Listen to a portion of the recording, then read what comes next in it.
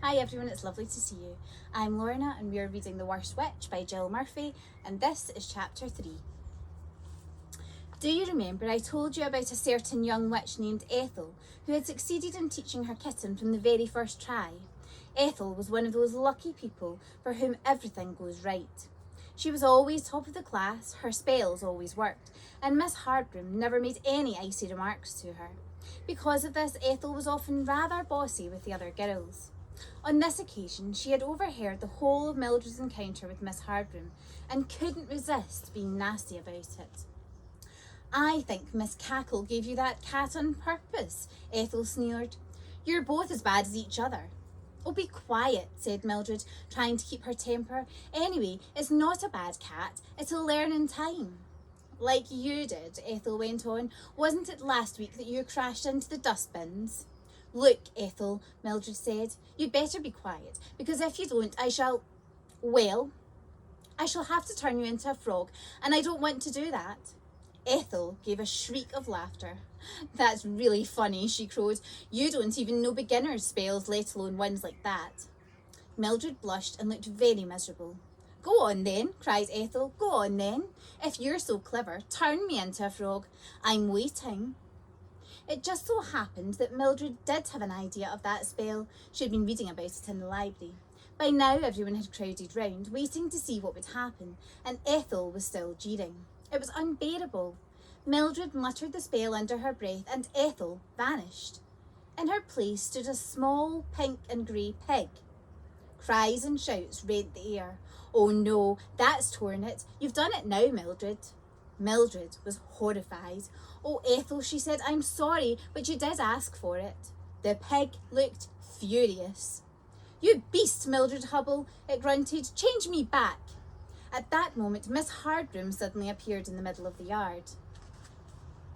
Where is Ethel Hallow? She asked. Miss Bat would like to see her about extra chanting lessons. Her sharp gaze fell on the small pig which was grunting softly at her feet. What is this animal doing in the yard? She asked coldly. Everyone looked at Mildred. I let it in, Miss Hardbroom, Mildred said hesitantly. Well, can you just let it out again, please? Said Miss Hardbroom. Oh, I can't do that, gasped unhappy Mildred. I mean, well, couldn't I keep it as a pet? I think you have quite enough trouble coping with yourself and that kitten without adding a pig to your worries, replied Miss Hardbroom, staring at the tabby kitten which was peering round Mildred's ankles.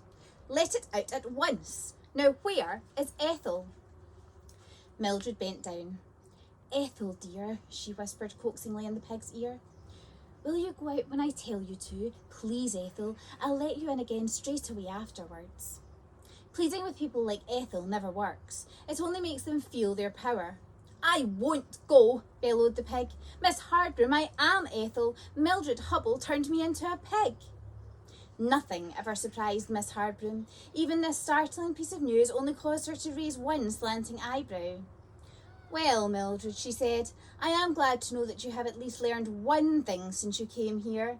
However, as you will have noticed in the Witch's Code, Rule Number 7, Paragraph 2, it is not customary to practice such tricks on your fellows. Please remove the spell at once. I'm afraid I don't know how to, Mildred confessed in a very small voice. Miss Hardbroom stared at her for a few moments. Then you had better go and look it up in the library, she said wearily. Take Ethel with you, and on your way drop in and tell Miss Bat why Ethel will be late.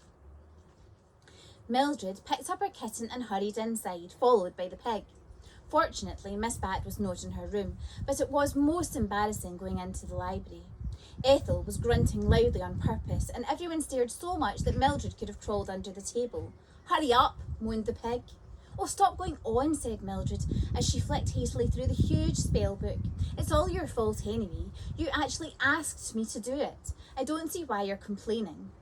I said a frog, not a pig, said Ethel pettily. You couldn't even do that right. Mildred ignored the grunting Ethel and kept looking in the book. It took her half an hour to find the right spell, and soon after that Ethel was her horrible self again. The people in the library were most surprised to see the pig suddenly change into a furious-looking Ethel. Now, don't be angry, Ethel, Mildred said softly. Remember, silence in the library at all times. And she rushed into the corridor. Wasn't that awful, Cat? She said to her kitten, which was curled up inside her cardigan. I think I'd better put you in my room and then go and revise for the potion test. Don't tease the bats, will you? Join me for chapter 4.